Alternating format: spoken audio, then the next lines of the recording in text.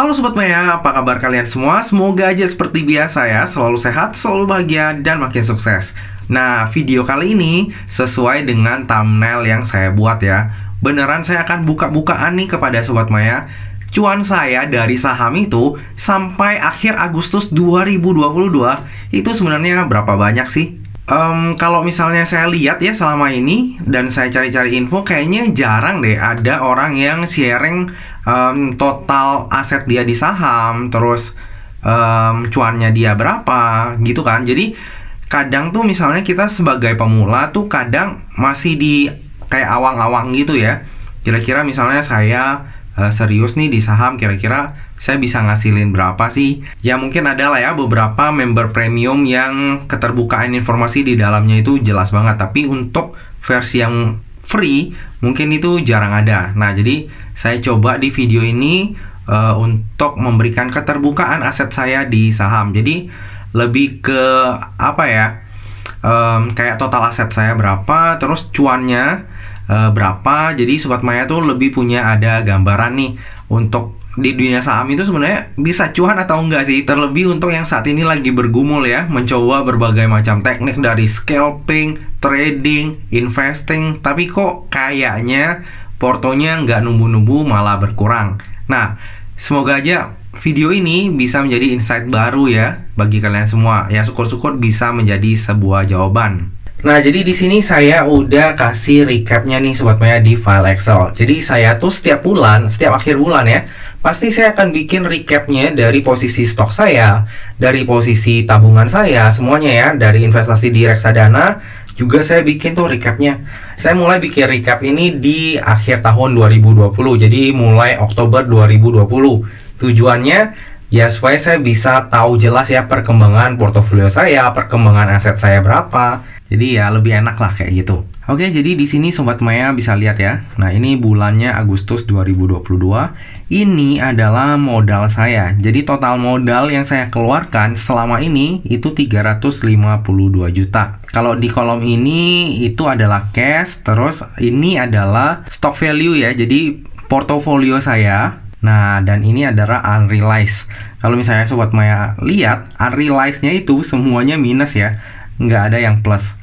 Nah, jadi kurang lebih ya, mulai bulan Juni, Juli itu ya, Mei lah, Mei, Juni, Juli, saya tuh udah mulai shifting nih teknik saya Sobat Maya. Jadi dulu saya tuh sebagian besar invest, terus swing ya. Tapi perlahan-lahan saya mulai apa ya, kayak merubah nih untuk style saya. Jadi sekarang kayak day trading atau swing trading yang jangka waktunya pendek-pendek gitu. Bukan yang invest lama. Dan di bulan Agustus nih portofolio saya agak gede ya di sini contohnya di pos-pos ini panin ya. Jadi di sini ada 143 juta untuk stock value-nya. Ini didominasi oleh MTEL. Lalu ada juga GTSI di situ. Jadi ya cuannya dari MTEL itu nggak menang dari kerugiannya GTSI ya, karena udah lumayan gede. Kenapa saya masih belum buang GTSI? Ya yang pertama karena GTSI udah saya anggap 100% hilang ya. Jadi kalau misalnya Sobat Maya udah lama ikutin saya, pastinya tahu ya bahwa saya membeli GTSI waktu itu dengan persiapan yang udah siap untuk hilang 100%. Lalu alasan yang kedua adalah saya masih simpan GTSI untuk merimain saya nih Sobat Maya, bahwa walaupun saham IPO itu kita gampang cari cuan, resiko itu tetap ada. Jadi analisis harus dipertajam, lalu manage resikonya. Jadi karena ada kejadian kayak GTSI itu, saya lebih hati-hati juga nih Sobat Maya. Jadi kayak kemarin clean udah kita pelajari ya. Untungnya kita nggak ikutan gede, saya juga cuma ikutan 10 lot karena udah belajar lah kurang lebih dari pengalaman selama ini. Jangan sampai ada kejadian kayak GTSI lagi. Kalau enggak, cuan yang kita kumpulin pelan-pelan ya nanti habis di saham-saham kayak GTSI ini. Sayang. Nah, jadi per 31 Agustus itu portofolio saya yang gede cuma di Panin sama di MNC. Nah, di Panin ini seperti yang saya bilang ya tadi, karena ada MTEL dan juga ada GTSI. Kalau di MNC itu cuma ada IPCM sih. Nah, dengan posisi IPCM saya yang masih unrealized-nya itu rugi, portofolio saya nih masih cuan Sobat Maya karena dapat dividen ya dari IPCM ya. Jadi ini saya masih ada cash juga. Jadi kalau misalnya emang turun, itu saya akan top up lagi. Jadi emang setiap bulan tuh saya tambahin terus nih dana saya di MNC. Jadi buat kayak nabung rutin lah sampai nantinya IPCM ini bener-bener kayak mungkin ya misalnya ke 400 atau ke 500 baru saya jual. Atau misalnya kinerjanya turun banyak, saya baru jual. Kalau enggak mungkin saya akan top up terus ya di akunnya ini. Nah, untuk growth itu adalah kayak perkembangan portofolio saya Sobat Maya dibandingkan dengan modal. Contohnya Mirai ini saya sebenarnya 20 juta awalnya. Terus kalau misalnya Sobat Maya udah nonton juga video saya tentang scalping, saya tuh kan rugi banyak ya. Jadi terakhir 6,5 juta ruginya, kan sisa 13,5 tuh.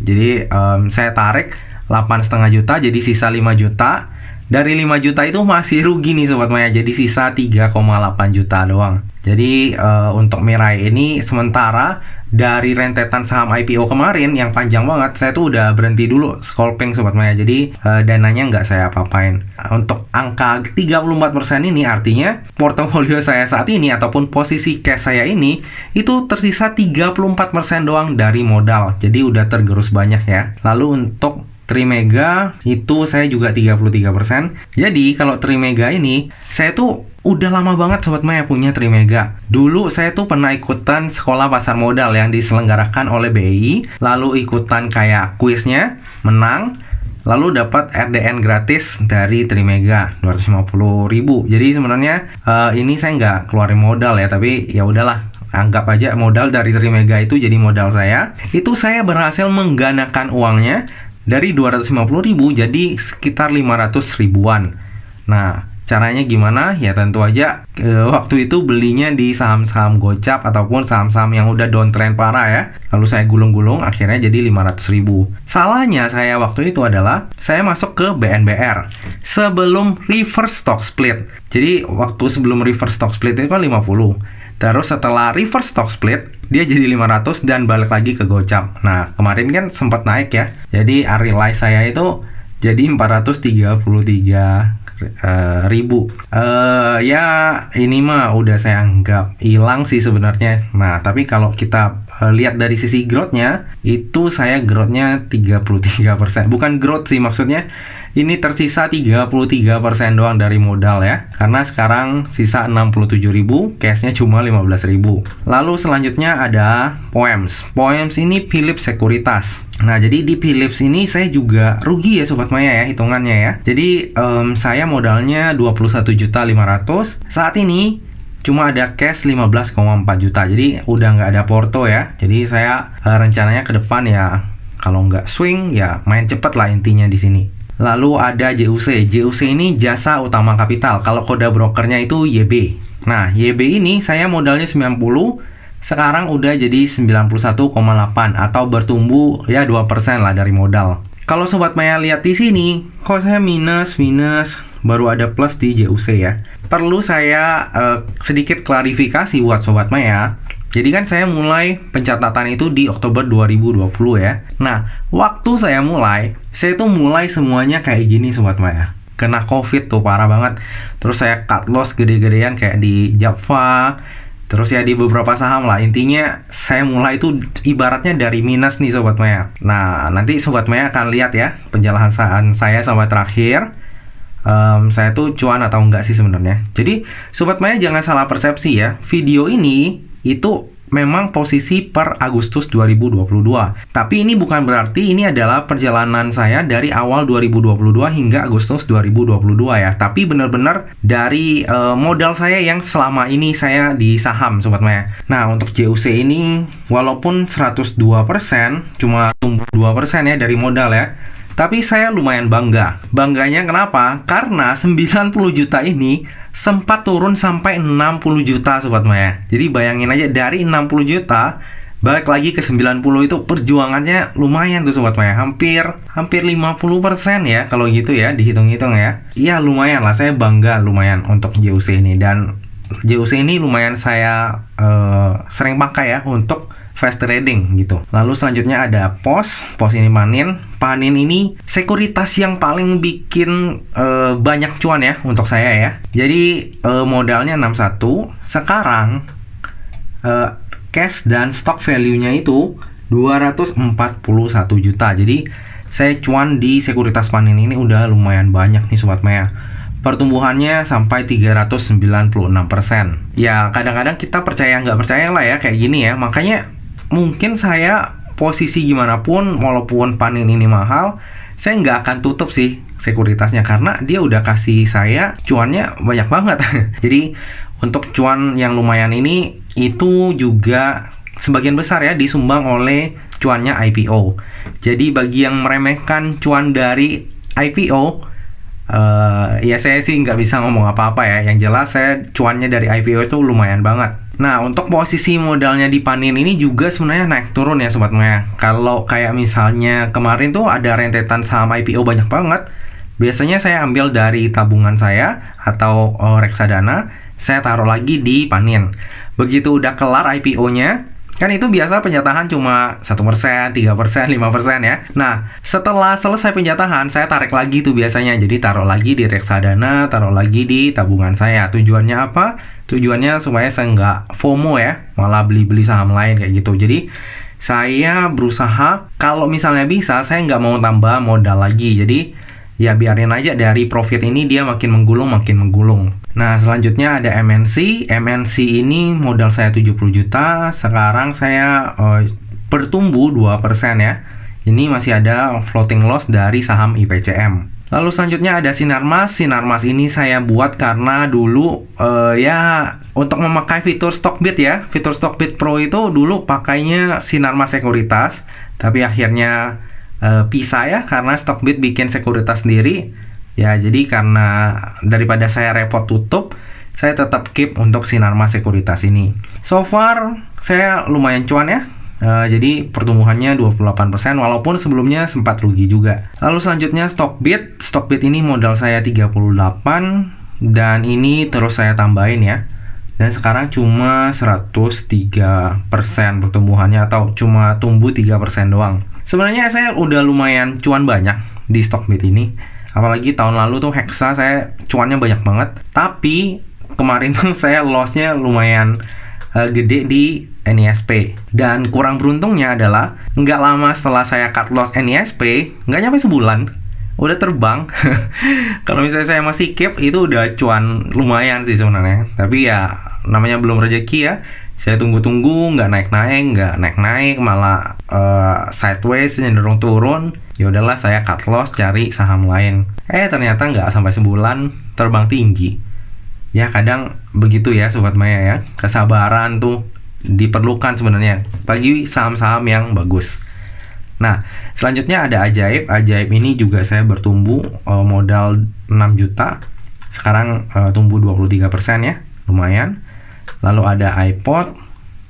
iPod ini saya taruh 1 juta. Sebenarnya ada cuan dikit waktu itu. Saya ada beli friend. Cuma ya saya nggak rubah sih karena cuma kayak berapa ya 70.000 gitu kalau nggak salah atau 80.000, jadi saya nggak rubah. Lalu ada Blue Chip ini KI, jadi Cipta Dana ya, ini sekuritasnya Blue Chip. Saya taruh 10 juta. Sekarang posisinya cuan sih cuma 2%. Ini saya baru isi sama WIRG doang. Nanti bukan kemungkinan sih, pastinya saya akan tambah lagi posisi WIRG. Nanti lihat di posisinya dia lagi sideways atau gimana, tapi saya akan tambah posisi.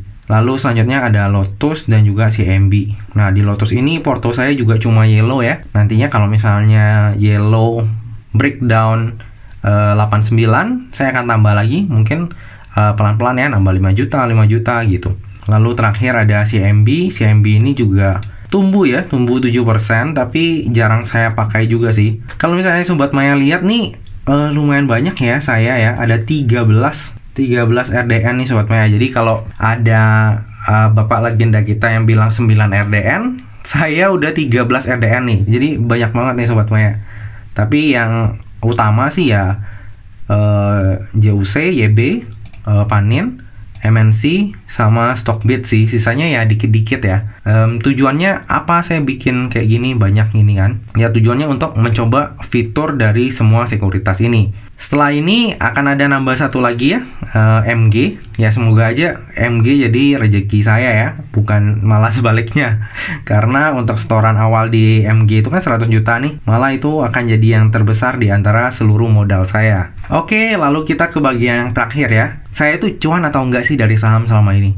Ya, tepatnya dari Oktober 2020 sampai Agustus 2022. Jadi, kalau misalnya kita lihat Sobat Maya, total modal yang saya keluarkan itu adalah 352 juta. Dan posisi saya saat ini, aset saya di saham, itu 529 juta. Artinya bertumbuh 177 juta.